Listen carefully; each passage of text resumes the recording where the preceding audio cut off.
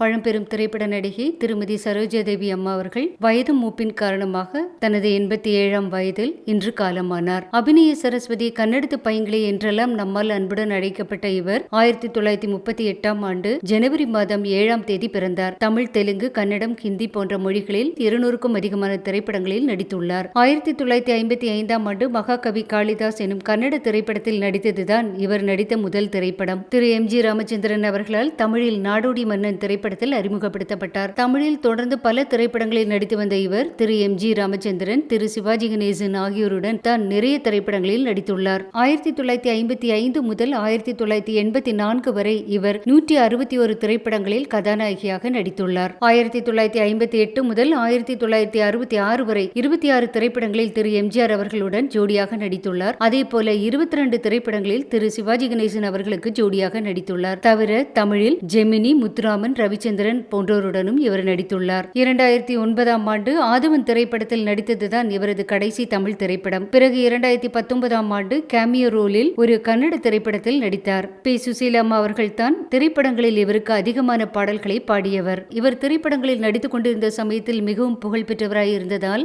1960களில் இவர் அணிந்து நடித்த புடவை, பிளவுஸ், ஆபரணங்கள், ஹேர் ஸ்டைல் என பலவற்றால் ரசிகர்களால் ஈர்க்கப்பட்டு ஃபேஷன் ஐகானாகவே திகழ்ந்ததாக பத்திரிகை செய்திகள் தெரிவிக்கின்றன.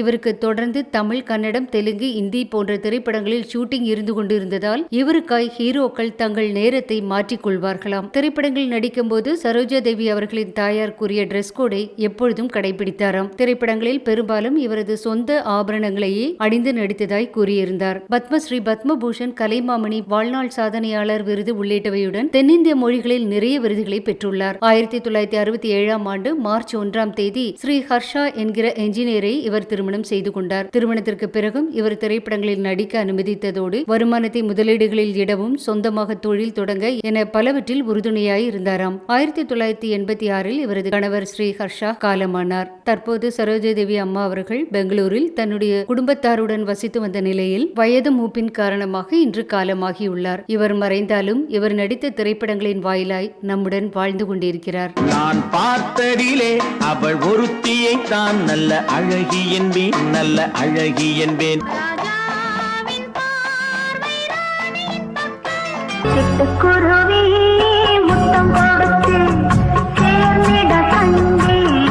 ஆக மெல்ல நட, மெல்ல நடமே.